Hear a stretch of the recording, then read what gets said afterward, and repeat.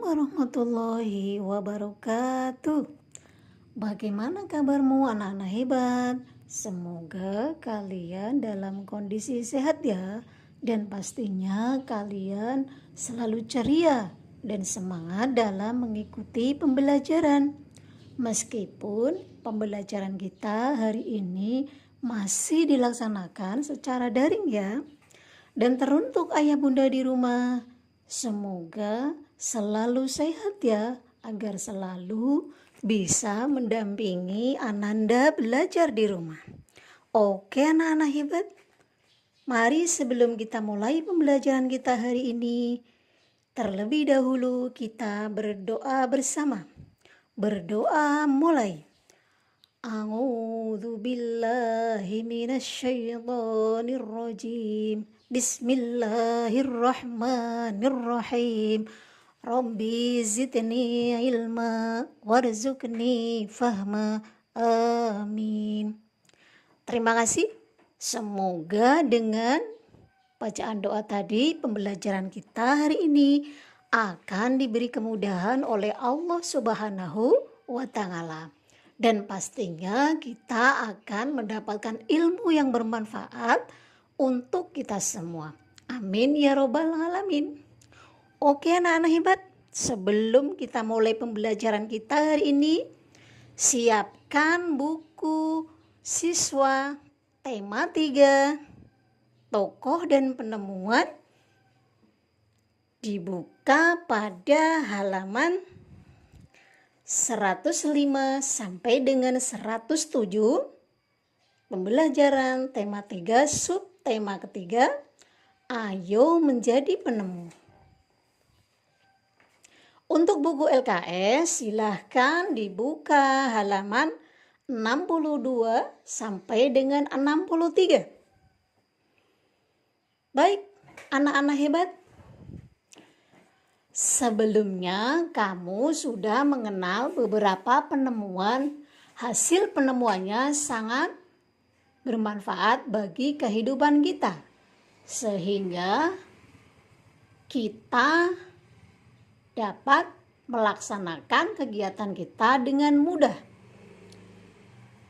Tak jarang penemuan yang dihasilkan oleh para ilmuwan tersebut menginspirasi para penemu masa kini untuk melakukan inovasi dan penemuan baru.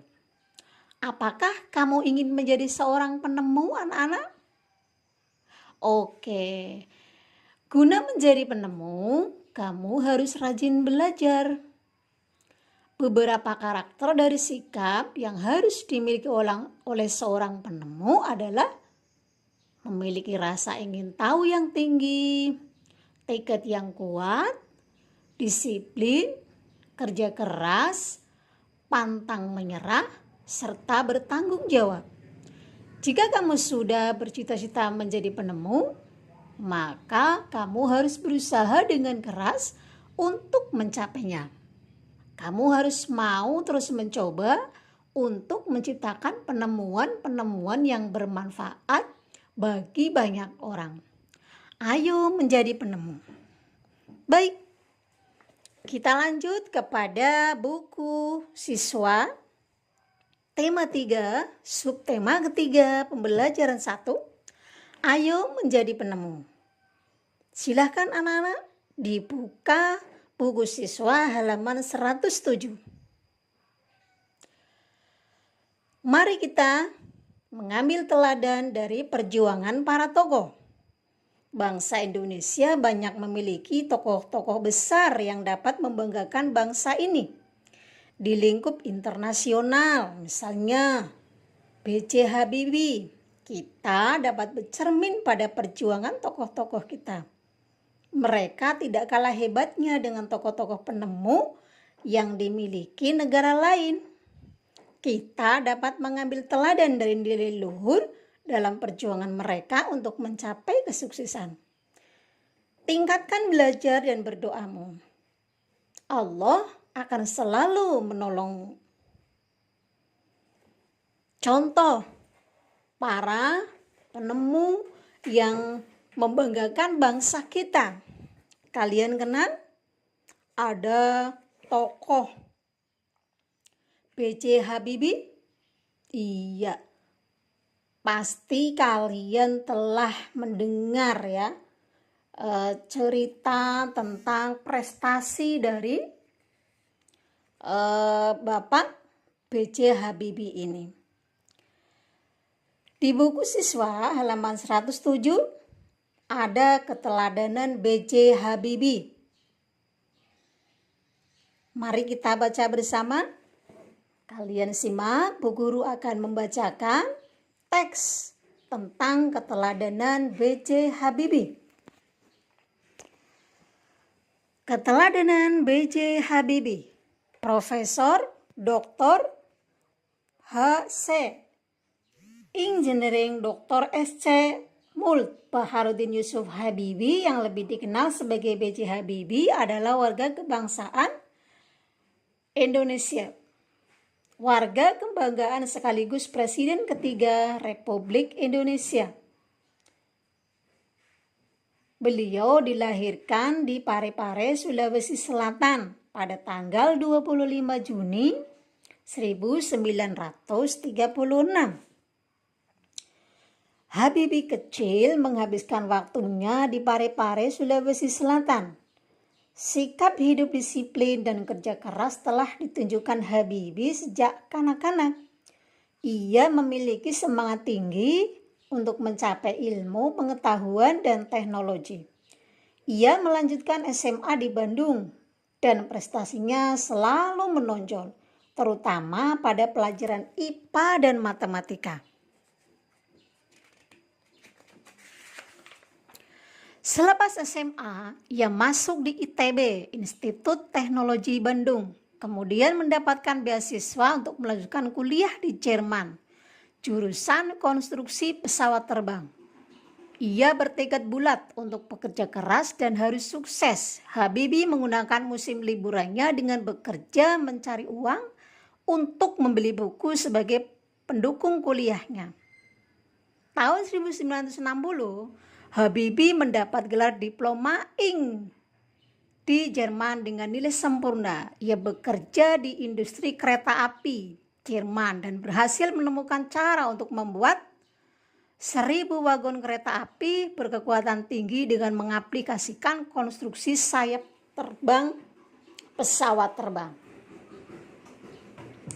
Tahun 1962, Habibie kembali melanjutkan studi di Jerman. Kehidupannya pun semakin keras. Di pagi buta, ia harus berjalan kaki cepat-cepat ke tempat kerja yang jauh untuk menghemat kebutuhan hidup. Kemudian pulang pada malam hari dan belajar untuk kuliahnya. Tahun 1965, Habibie mendapatkan gelar Doktor Insinyur dengan nilai sangat sempurna. Setelah lulus, Habibie bekerja di industri pesawat terbang Jerman. Atas disiplin dan kerja kerasnya, karirnya terus menanjak hingga dipercaya sebagai Vice President sekaligus Direktur Teknologi dan Penasihat Senior bidang teknologi.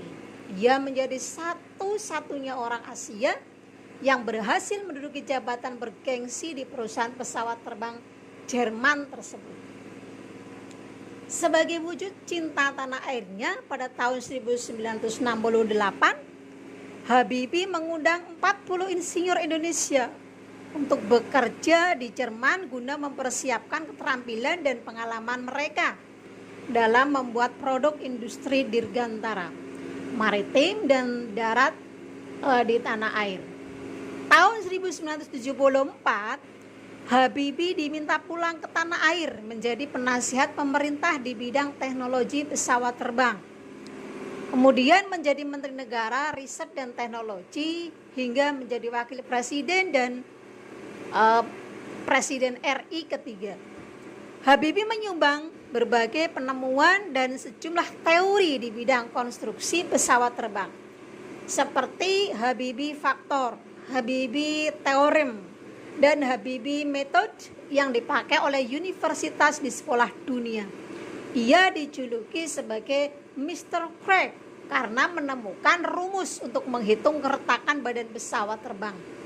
Ia juga menerima banyak penghargaan dan prestasinya. Diakui berbagai lembaga internasional seperti di Jerman, Inggris, Swedia, Perancis, dan Amerika Serikat, serta menerima penghargaan yang hampir setara dengan hadiah Nobel. Pada tahun 1976, Habibie mendirikan industri pesawat terbang pertama di kawasan Asia Tenggara, yaitu PT Nurtanio dengan industri strategis lainnya. Industri yang didirikan berhasil memproduksi pesawat terbang, helikopter, senjata, kemampuan pelatihan dan jasa pemeliharaan untuk pesawat terbang, amunisi, kapal, tank, panser, senapan kaliber, water cannon, kendaraan RPM, kendaraan combat, dan masih banyak lagi produk yang lainnya. Untuk skala internasional, Habibie terlibat dalam berbagai proyek desain dan konstruksi pesawat terbang seperti Fokker, militer transport, jet eksekutif, Airbus, pesawat transport dan teknologi mendarat dan lepas landas secara vertikal, CN-235 dan CN-250. Selain itu, Habibie secara tidak langsung ikut terlibat dalam proyek perhitungan dan desain helikopter, pesawat tempur multifunction, beberapa peluru, kendali, dan satelit. Oke, itu tadi adalah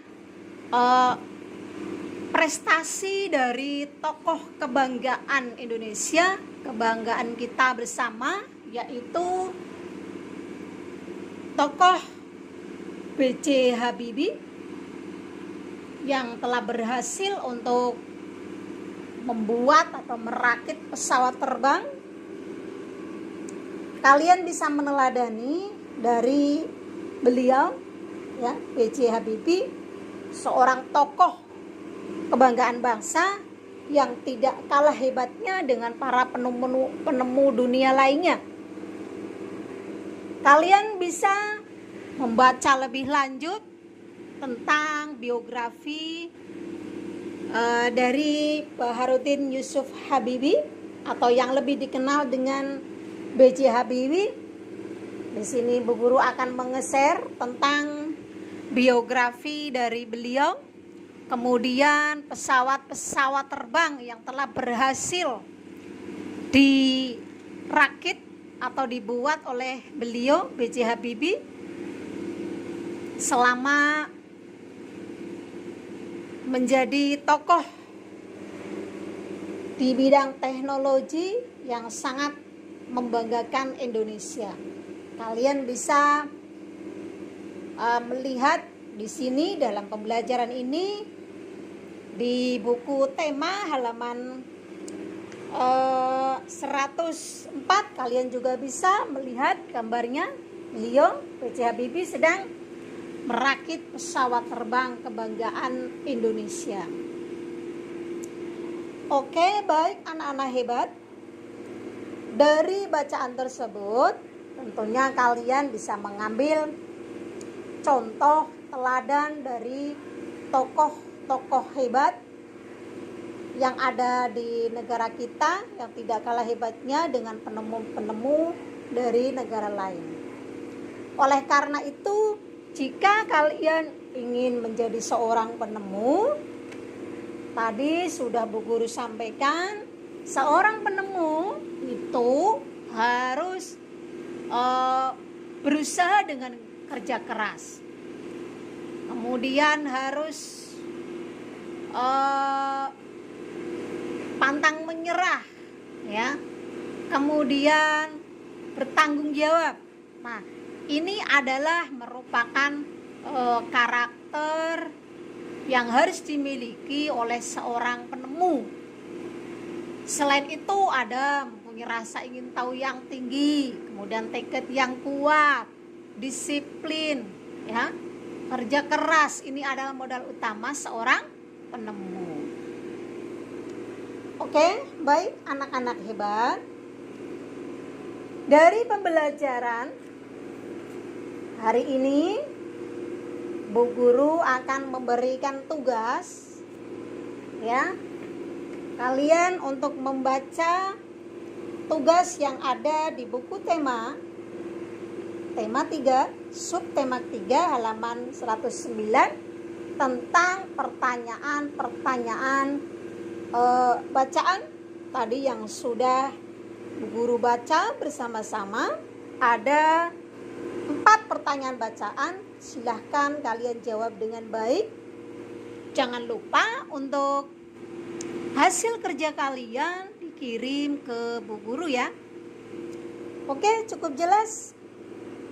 Kita lanjutkan pembelajaran berikutnya masih pada subtema ketiga, yaitu menemukan kosakata baku.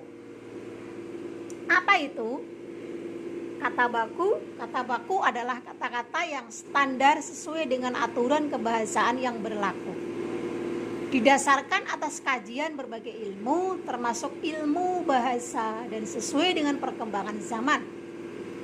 Ada beberapa persyaratan kata baku, pengucapan dan penulisannya. Itu harus sesuai dengan 1. Pedoman EYD, ejaan yang disempurnakan. Yang kedua, tata bahasa baku, dan yang ketiga adalah kamus umum. Contoh, pada kata baku ada beberapa, misalkan kata tidak baku kita sering dengar kata atlet, kata bakunya adalah atlet. Yang kedua, sistem, kata bakunya adalah sistem. Yang ketiga, pihak, kata bakunya adalah pihak. Yang keempat, kualitas, kata bakunya adalah kualitas. Yang kelima, legalisir, kata bakunya adalah legalisiasi. Yang keenam, kaidah, kata bakunya adalah kaidah. Yang ketujuh, hipotesa, kata bakunya adalah hipotesis. Nah, itu adalah beberapa contoh mengenai kata baku yang ada pada bahasa Indonesia. Untuk pedoman EYD, mungkin untuk yang sekarang ini sudah diganti dengan UEB, yaitu pedoman umum ejaan bahasa Indonesia. Nih ya, kalian bisa melihat pada buku tema 3, subtema 3 halaman 110 ya. Itu ada beberapa contoh tentang kosakata baku dan kata tidak baku. Baik, sampai di sini pembelajaran kita. Bisa kita lanjutkan besok, lain waktu yang akan datang. Jangan lupa sebelum Bu Guru akhiri, tugasnya tadi dikerjakan ya. Pada halaman 109 tentang pertanyaan bacaan. Keteladanan B.J. Habibie, ada 4 pertanyaan, silahkan kalian jawab. Nanti dikirim via WA ke Bu Guru, dan ini sebagai tugas kelompok seperti biasa. Seperti pembelajaran yang lalu. Cukup jelas saya kira. Baik, kita akhiri pembelajaran kita hari ini dengan membaca lafal hamdalah bersama-sama. Alhamdulillahirabbil alamin. Oke. Baik, sampai jumpa kembali pada pembelajaran berikutnya. Bu Guru akhiri. Wassalamualaikum warahmatullahi wabarakatuh.